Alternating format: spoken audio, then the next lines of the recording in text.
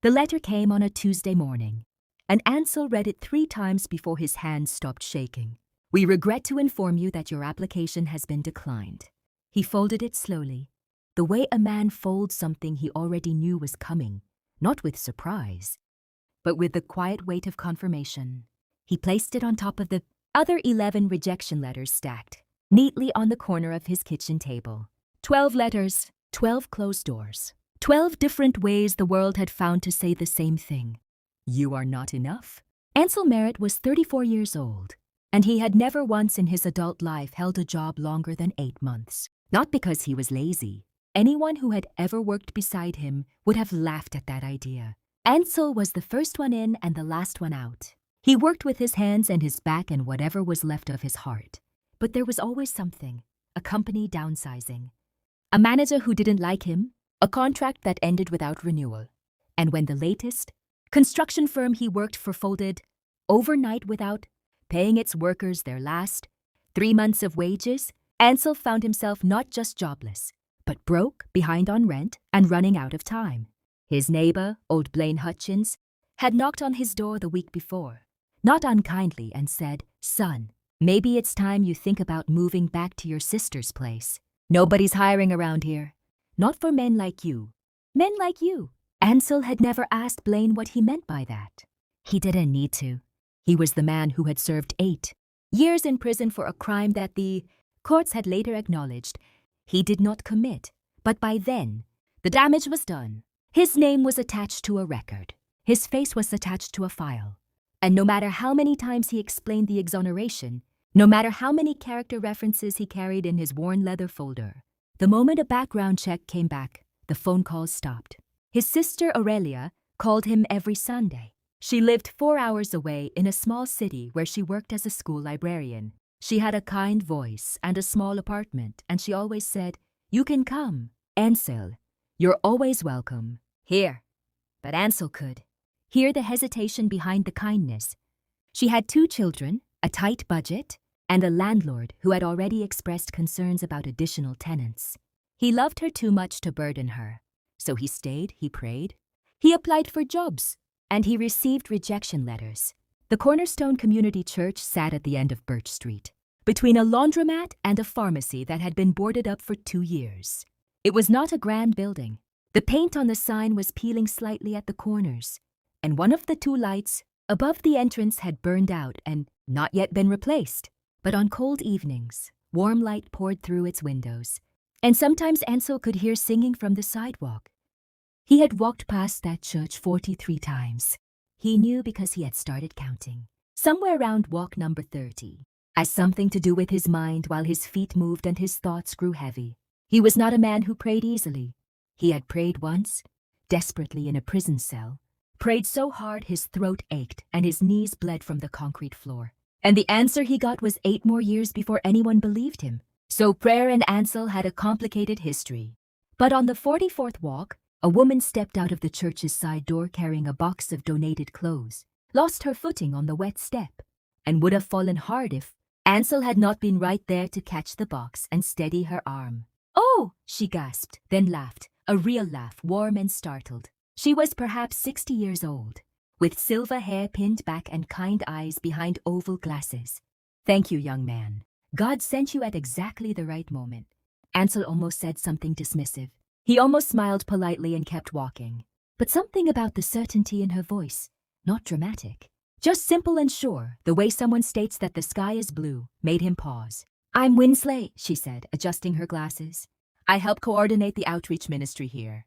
Would you like to come in? We have coffee, and it's cold out." He followed her inside. He didn't know why. He would think about that later and have no good explanation except that something in him was too tired to keep walking past warm light. Inside, a midweek prayer meeting was winding down. Perhaps 15 people sat in folding chairs, arranged in a loose circle near the front of the small sanctuary. A man named Pastor Leland stood at the center, a tall man, thin, with reading glasses on the end of his nose and a well-worn Bible in his hand. He looked up when Ansel entered and nodded once, the way a man nods at someone he has been expecting. Ansel sat in the back. He told himself he would leave after the coffee. He stayed for 2 hours. It was not a dramatic service. Nobody spoke in thunder. There were no miracles announced, no emotional music designed to pull at feelings. It was simply people talking honestly about where they were in their lives. A young woman named Novali, who had just lost her mother. A teenager named Cassian, who was failing school and ashamed of it. A quiet older man named Merrick, who hadn't spoken to his son in 6 years and prayed every night anyway. And then Pastor Leland read from the book of Job, and he read it slowly. When I went to the gate of the city and took my seat in the public square, the young men saw me and stepped aside, because I rescued the poor who cried for help, and the fatherless who had none to assist them. He closed the Bible and looked around the circle. God has a long history, he said quietly, of choosing the man the world has already thrown away. Ansel sat very still. He didn't speak that night. He shook hands with a few people on the way out, received a container of leftover soup from Winslet, and walked home in the cold. But something had cracked open in his chest. Something small, like the first thin line in an eggshell, and he did not know yet what would come out of it. 3 weeks later, Ansel was called in for a job interview. This alone was unusual. Most applications he sent received automated rejections within 48 hours. This one had been different. He had applied, almost on impulse, to a nonprofit organization called the Birchwood Community Development Trust, a small organization that built affordable housing in underserved areas. He had applied because the job description asked for someone with experience in construction, and for the first time in a year, he had simply told the truth in his cover letter, not just about his experience, but about his background, the years in prison, the exoneration, and what that had taught him about what it meant to build something in a place that had been left behind. He had almost deleted the letter before sending it. Aurelia, who he had called to read it to, had gone quiet on the phone and then said softly, "Send it, Ansel. Just send it." The interview was held in a modest office building near the edge of town. Ansel wore his only suit jacket, pressed the night before with an iron he borrowed from Winsley, and arrived 15 minutes early. The man behind the desk surprised him. Leland Briggs, the same Pastor Leland from Cornerstone Church, but not in a pastoral capacity. Leland, Ansel would learn, had founded Birchwood Trust 7 years earlier after leaving a career in urban planning. He ran the organization as its executive director and was only the part-time pastor at Cornerstone on the side. He looked at Ansel across the desk and said, "I remember you. You sat in the back 3 weeks ago and didn't say a word, but you listened better than anyone in the room." Ansel didn't know what to say to that. Leland opened a folder. "Your letter was the most honest thing I've read in a job application in 15 years. So I want to ask you something before we go any further." He leaned forward. "Do you believe what happened to you? The prison? The years lost?" "All of it. Do you believe that can be used for something?" Ansel looked at the window. Outside, a pigeon was walking the ledge, unhurried. "I used to think it was only waste," he said finally. "Now I'm not sure." Leland nodded slowly as if that was exactly the right answer. The offer came within a week. Ansel would serve as a construction site supervisor for Birchwood's newest project, 12 affordable homes, being built in a neighborhood called Denton Flats, an area that had sat neglected for a decade. The salary was modest but livable. The work was exactly what he knew. But the moment word got out, the resistance came. 2 of Birchwood's board members, men, Ansel would only come to know through their opposition, immediately raised objections. One, a man named Zinnia's father-in-law, a board member who had donated significantly to the organization, sent a formal letter expressing concern about hiring someone with a criminal record, exoneration notwithstanding. The other made phone calls. Even within the small team, there was discomfort. Isolde Marsh, the project manager assigned to Denton Flats, met Ansel with clipped politeness the first day and barely looked at him during the morning briefing. She was efficient, capable, and clearly unhappy with the situation. "I need to be honest with you," she told him on the second day, pulling him aside with the bluntness of someone who prized directness above comfort. "I pushed back on this hire. I want you to know that I have a project timeline and a community watching, and I couldn't afford a risk." "I know," Ansel said. "I'm watching," she said. Then watch, he said, and he went back to work. He worked with a young crew that included Cassian, the same teenager from the church prayer circle, who had apparently been placed in a youth labor program that partnered with Birchwood. Cassian was 17, broad-shouldered, perpetually behind on everything, and so desperate to prove himself that he made costly mistakes in his hurry. Ansel recognized everything in him. He slowed Cassian down. He taught him to measure twice. He told him once, on a lunch break sitting on a stack of lumber with sandwiches from a corner store, the time you take to do it, right, is always shorter than the time it takes to fix it. Wrong. Cassian looked at him with those suspicious young eyes that had seen too much too early, and then he wrote it down in his phone. Just like that. Wrote it down. 40 days into the project, 3 things happened in the same week. The first, a materials supplier who had agreed to provide lumber at below market rates, a deal that had made the project financially possible, suddenly pulled out of the contract, citing a clause neither Leland nor anyone on the team had properly reviewed. The financial gap it created threatened to halt construction entirely. The second, a pipe burst in the foundation of the third home, undoing 2 weeks of work and requiring a complete section to be broken up and relayed. The delay pushed them past a grant deadline that now looked impossible to meet. The third, a local news story ran with the headline, "Nonprofit hires ex-con to oversee family homes." And within hours, an online petition was circulating calling for Ansel's removal. It had 800 signatures by morning. Ansel read the petition on his phone sitting in his truck before dawn. He sat with it for a long time. Then he did something he had not done in 12 years. Not since a prison cell and concrete floors and a prayer that seemed to go nowhere. He bowed his head, right there in the cab of his truck. Not elegantly, not with beautiful words. He just said out loud into the gray morning air, "I don't know what this is for, but I'm still here. If there's something you want done through me, then do it. I'll stay." He went to work. Zinnia Aldart had not intended to visit the Denton Flats site. She had come to drop off a check, a small personal donation to Birchwood that she made annually, nothing connected to the controversy, just a quiet habit she had maintained since her father had grown up in a neighborhood like Denton Flats. She was a city council member, reserved and measured, not given to impulsive decisions. But she had seen the news story, and something about it bothered her, not in the way the petitioners intended, but in the opposite direction. Something about the certainty of the condemnation felt wrong to her. She had learned in years of public life to distrust the certainty of crowds. So she arrived unannounced at the construction site on a Wednesday morning. She found a crew working in careful coordination. She found Cassian explaining a measurement to a newer volunteer with real patience. She found Isolde Marsh moving between stations with focused energy. And she found Ansel on his knees in the frame of what would be home number 7, checking the alignment of a doorframe with quiet precision. He didn't know who she was when she approached. He stood, wiped his hands, and shook hers. "You're Ansel?" she asked. "Yes." "Tell me about this house," she said. He looked at her for a moment, then at the frame around them. "This one," he said, "is going to have good bones.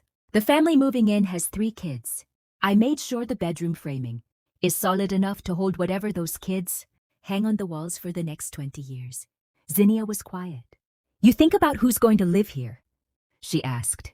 "I think about it every day," he said simply. She was at a city council meeting 3 days later. She introduced an emergency motion to provide bridge funding to close the gap left by the withdrawn supplier contract. She also, in her remarks, made direct reference to Ansel by name, not defending him emotionally, but stating plainly that she had visited the site, that the work was excellent, and that the petition against him was based on a headline, not on observation. The motion passed. Construction resumed. The grant deadline they had thought was lost turned out to have an amendment clause that Leland's lawyer found at the 11th hour. With Zinnia's bridge funding in place and the timeline adjusted, they qualified. 12 weeks after the near collapse, the first family moved into the first completed home in Denton Flats. Her name was Novelli, the same young woman who had spoken at the prayer meeting about losing her mother. She was a single mother with 2 daughters, ages 4 and 7. She had been on the affordable housing waitlist for 3 years.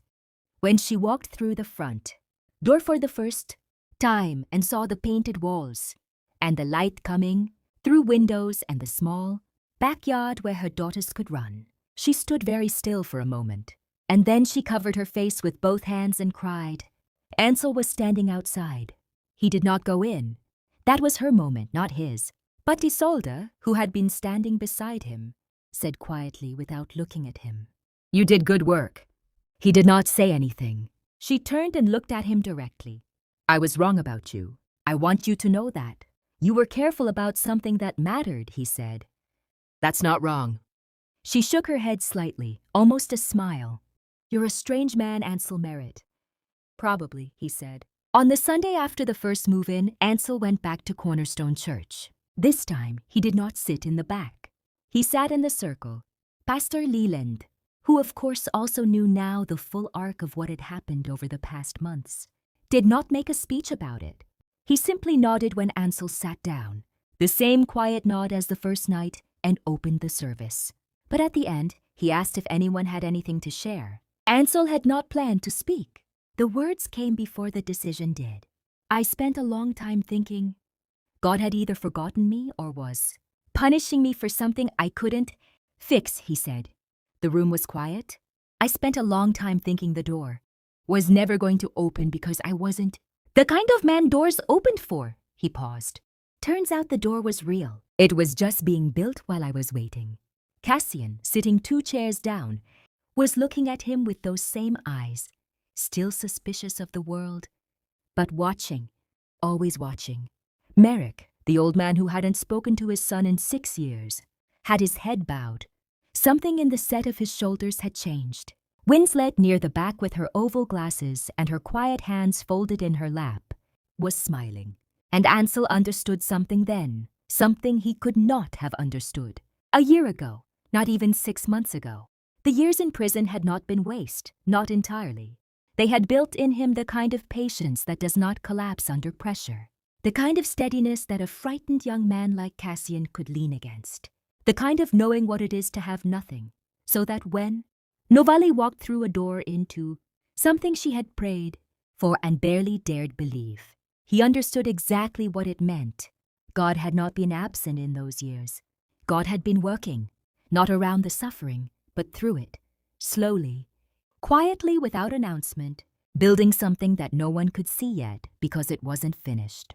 The man the world throws away, that was how Pastor Leland had put it. Reading from Job, it was also, Ansel now knew, often the very man God is preparing. Birchwood Community Development Trust broke ground on its second project the following spring, 40 units this time. In a neighboring district, Leland offered Ansel the position of construction director. Aurelia drove 4 hours to take him to dinner when he told her. Cassian, who had finished the youth program and been offered a paid apprenticeship, texted him a single line. "You were right about measuring twice." Isolde Marsh brought coffee to the groundbreaking ceremony and handed him a cup without ceremony, which was, Ansel had come to understand, exactly how she showed people she respected them. And Novali's daughters had drawn a picture, crayons on white paper, a house with yellow windows and green grass and 2 stick figures standing in front of it, and sent it to the Birchwood office with a note that said, in a child's handwriting, "Thank you for our house." Ansel kept it pinned above his desk. 12 rejection letters, 1 open door. He had stopped counting the rejections. He had started counting the houses. He raises the poor from the dust and lifts the needy from the ash heap. He seats them with princes, with the princes of his people. Psalm 113, 7-8.